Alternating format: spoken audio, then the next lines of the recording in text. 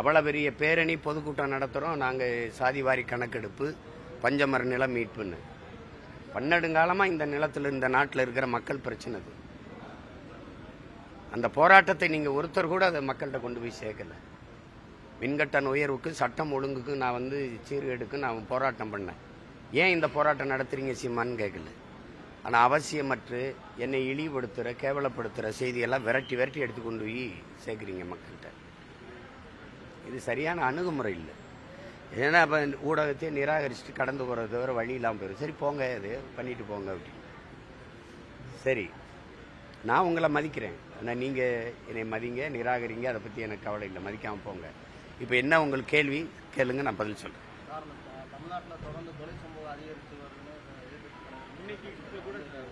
எதிர்கட்சி தலைவர் தான் அதை கேட்கணும், சொல்லணும்னு நீங்கள் கேட்கறது தவறு. நாட்டில் இருக்க ஒவ்வொரு குடிமகனுக்கும் தெரியுது. அதை பேசும்போது போன ஆட்சியை விட அந்த ஆட்சிகள் ஆட்சியில் கொலைகள் குறைவுன்னு பேசுறது எப்படி இருக்கு சொல்லுங்க. உங்களால நம்பிக்கையோட வீட்டுக்கு போயிட முடியுமா? உயிரோட வீட்டுக்கு போகணும்னு உறுதி தர முடியுமா? உங்களால் நீங்க நம்புறீங்களா? மனைவி முன்னாடி சாலையில நிறுத்தி தடுத்து ஒரு பொது சாலையில வெட்டி சாய்க்க முடியுது. ஒரு காவலரை உயிரோட தீ வச்சு கொளுத்த முடியுது. ஒரு வீட்டுக்குள்ள இருக்கிறவங்கள அந்த பல்லடத்துல வீட்டுக்குள்ள வெட்டி கொண்டுட்டு போக முடியுது. இதுவரை கொலையாளியை கண்டுபிடிக்க முடியல. இப்ப மதிப்பிற்குரிய ஐயா நேரு அவருடைய தம்பி ராமஜெயத்தை கொன்னது யாரு சொல்லுங்க? தம்பி ஆம்ஸ்ட்ராங் ஒரு தலைவர். அவருடைய கொலையில சம்பந்தப்பட்டவங்க யாரு? கொலை செய்ய காரணம் என்ன? எல்லாமே மறைக்கப்படுது இல்ல. கொடநாடு கொலை, கொடநாட்டுல கொடை நடந்ததா இல்லையா? கேட்கறதுக்கு பெருசு நடந்தது. யார் செஞ்சா? இல்ல. தூத்துக்குடியில துப்பாக்கி சூடு நடந்தது. யார் சுட சொல்லி உத்தரவிட்டது யாரு? எல்லா இடங்கள்லயும் கொலை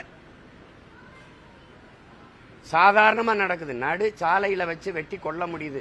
அதுவும் இந்த சில கண்காணிப்பு கருவிகள், இந்த அலைபேசியில் இருக்கிற கருவி, இந்த பதிவு கருவி இருக்கிறனால வெளியில வருது. இல்லைன்னா யாரு கொன்னா, யாரு போனா எதுவுமே தெரிய மாட்டேங்குது. அச்சமின்றி இவ்வளவு பாலியல் கொடுமைகள் பள்ளிக்கூட குழந்தைகளுக்கு நடக்குது, கல்லூரி பெண்களுக்கு நடக்குது, இவ்வளவு படுகொலைகள் நடக்குது அப்படின்னா சட்டம் இருக்கு, ஒழுங்கு இருக்கா? அது நடைமுறையில் இருக்கா? எதிர்கட்சி தலைவர் கேட்கிறாங்கன்னு அவங்க தான் கேட்கணும்னு இருக்கா இல்லையா? நாட்டு மக்களுக்கு வெளிப்படையா தெரியுது, எல்லாருக்குமே தெரியுது. ஊடகங்கள் போடலைனாலும் இன்னைக்கு தான் அலைபேசியில எல்லா உள்ளங்கையில ஊடகத்தை வைத்துக்கொண்டு ஒவ்வொரு மக்களும் இருக்கிறாங்க. எல்லாருக்குமே தெரிஞ்சிருது. இது பெரிய அச்சத்தை பரப்பி இருக்குது மக்களிடத்துல. நம்ம இப்ப வெளியில திருப்பி பத்திரமா உயிரோட வீட்டுக்கு செல்வமாங்கிற அச்சம் இருக்குது. அப்போ ஒரு சிறிதும் பாதுகாப்பற்ற ஒரு மாநிலமாக, ஒரு கொலை களமாக இந்த தமிழ்நாடு மாறிடுச்சு அப்படிங்கிறதா நினைக்க முடியுது. நிறைந்த போதையில் நிலத்தை வச்சுக்கிட்டு திரவ போதை, அதாவது சாராய போதை தாண்டி மாத்திரைகள், கஞ்சா, அபின், இன்சுவை கட்டி, சாக்லேட், பள்ளிக்கூட வாசல், கல்லூரி வாசல், வழிபாட்டு தலங்கள்ல தான் அதிகமாக கஞ்சா விற்கப்படுது. அது பள்ளிக்கூடங்கள், கல்லூரி வாசல்ல கஞ்சா, சாக்லேட் விற்கப்படுது. அது அதிகாரத்துக்கு தெரியுமா? ஆட்சியாளர்களுக்கு தெரியுமா? தெரியாதா? தெரியுமா? தெரியாது. ஒரு கொலைக்கு முன்னாடி திட்டமிடுவாங்கல்ல பேசி, அதையெல்லாம் ஒட்டு கேட்க மாட்டீங்க. சாதாரண நாங்க பேசுறது ஒவ்வொருத்தையும் எல்லாத்தையும் ஒட்டு கேட்கிறீங்க.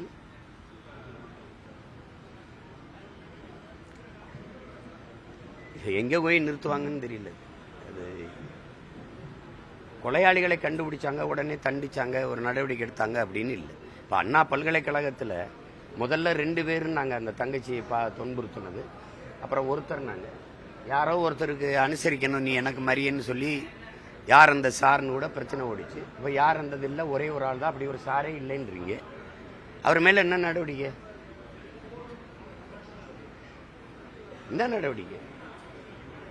சாலையில வரும்போது திமுக கொடியை கட்டிக்கிட்டு வழியில முன்னாடி போன பெண்களை கேலி பண்ணதுக்கு, மறிச்சு இது பண்ணதுக்கு, அந்த திமுக கொடி இருந்ததுக்கு உடனே அந்த ஒருத்தரை எடுத்து வாக்குமூலம் அந்த காவல்துறை வண்டியிலே வச்சு பதிவு பண்ணி வெளியிடுறீங்க.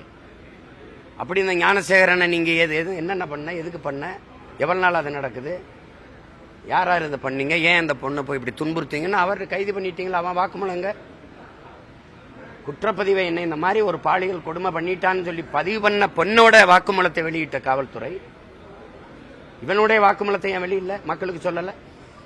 ஆம்ஸ்டாங் கொலையில அத்தனை பேரை கைதிகளை பிடிச்சு கூட்டிட்டு போறீங்க, வண்டியில ஏத்திட்டு வரீங்க, இறக்கிட்டு வரீங்க. 3 பேரை சுட்டு கொன்னுட்டீங்க. ஏன் சுட்டீங்க?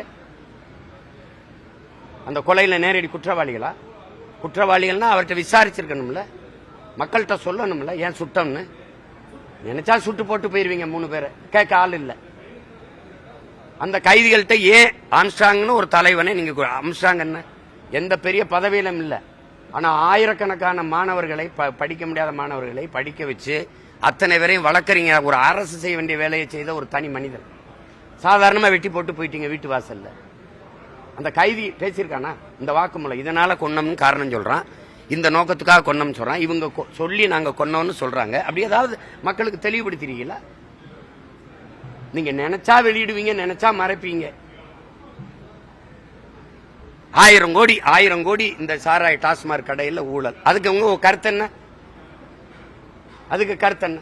தம்பி அண்ணாமலை வந்து அந்த 1000 கோடி ஊழலை எடுத்து போராடுறாங்க. நான் தான் போராடணும், நீ அவர் போராடக்கூடாது, தம்பி போராடக்கூடாது. முழுமையான அந்த நாட்டை ஆளுகிற அதிகாரத்திற்கு அவர் போராடக்கூடாது. 150 கோடி ஊழல்னு தானே அரவிந்த் கெஜ்ரிவாலை உள்ள வச்சீங்க. அதனாலதான் உள்ள வச்சீங்க. அவர் பதவியை விட்டு வெளியேறி வேற ஒருத்தர் முதல்வராக்க வேண்டிய நிலைமைக்கு தள்ளினீங்க. தெலுங்கானாவுடைய முதலமைச்சர் சந்திரசேகர ராவுடைய மகளை எதுக்கு கைது பண்ணீங்க? இதே வழக்கு, இது மாதிரி குற்றச்சாட்டு தானே, சிறைப்படுத்தினீங்கல்ல, உடனே நடவடிக்கை எடுத்தீங்கல்ல. இங்க நடவடிக்கை எடுக்கிற உயரத்தில் இருக்க நீங்க ஆர்ப்பாட்டம் செய்யறது அது அர்த்தமற்றதா இருக்கு, அவசியமற்றதா இருக்கு. நாங்க போராடலாம், நீங்க போராடக்கூடாது. நீங்க தான் சோதனை நடத்தினீங்க, அமலாக்கத்துறையில சோதனை நடத்திட்டீங்க. 1000 கோடி ஊழல்னு தெரியுது, அதுக்கு என்ன நடவடிக்கை இருக்குது? அதை பத்தி பேச மாட்டேங்கிறீங்க. இந்த கழிவறையில 450 கோடி ஊழல், கழிவறை கழுவுறேன்ட்டு அதை பத்தி பேசவே இல்லை. திடீர்னு மொழி மேல பற்று வரும், மும்மொழி கொள்கையை எதிர்க்கிறம்பாங்க, தொகுதி சீரமைப்புல தொகுதி குறைஞ்சிருப்பாங்க. இதுதான் இப்ப தொகுதி குறையுதா, சீரமைக்க போறாங்களா? அதெல்லாம் ஒண்ணும் இல்லையே. சாதி வாரி கணக்கெடுப்பு எடுங்கன்னா இல்ல, அது மத்திய அரசு தான் எடுக்கணுமா? இப்ப மாநில உரிமை எதுக்காக பேசுனீங்க? பீகார் எடுக்க முடியும், தெலுங்கானா எடுக்க முடியும், நீங்க எடுக்க முடியாது. அதான் எங்க ஐயா அன்புமணி கேட்கிறாரு நாடாளுமன்றத்தில், நீங்க சாதிவாரி கணக்கெடுப்பு எடுக்க மத்திய அரசுக்கு ஏதாவது பரிந்துரைச்சிருக்குதா தமிழ்நாடு அரசு? அப்படிலாம் ஒன்றும் ஒரு கடிதம் வரலையேங்கிறாங்க. அப்ப சும்மா அப்படி ஒப்புக்கு பசப்புக்கு பேசி பேசி எங்களை காலங்காலமா ஏமாத்திட்டு திரியுங்க. நீங்க மாநில உரிமையை பேசின மகாராஷ்டிராக்கள் நீங்க தானே. மாநில உரிமைக்காக நின்ற ஒரே கட்சி ஆட்சி எங்க? இந்த மாநில உரிமை இடஒதுக்கீடு கொடுத்தேன்னு பேசித்தானே ஓட்டு வாங்கினீங்க. அருந்ததிய மக்களுக்கு 3 விழுக்காடு கொடுத்தேங்கிறீங்க, இஸ்லாமிய மக்களுக்கு 3.5 விழுக்காடு கொடுத்தேங்கிறீங்க,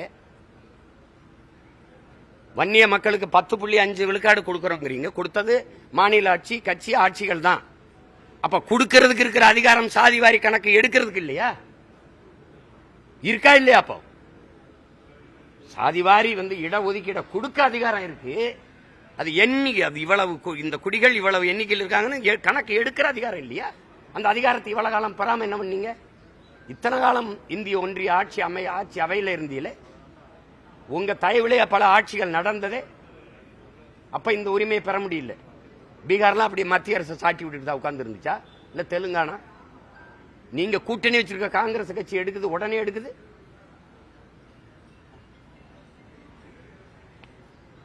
ஏதோ ஒண்ணு தேர்தல் வரும்போது இருக்கிற பழைய வேஷத்தை கழிச்சிட்டு அப்புறம் களைச்சிட்டு அழிச்சிட்டு புதுசா ஒப்பனை போட்டு புது நடிகரா வந்துடுறது. என்னது? செய்திகளை உடனுக்குடன் தெரிந்து கொள்ள உடனே சப்ஸ்கிரைப் பண்ணுங்க.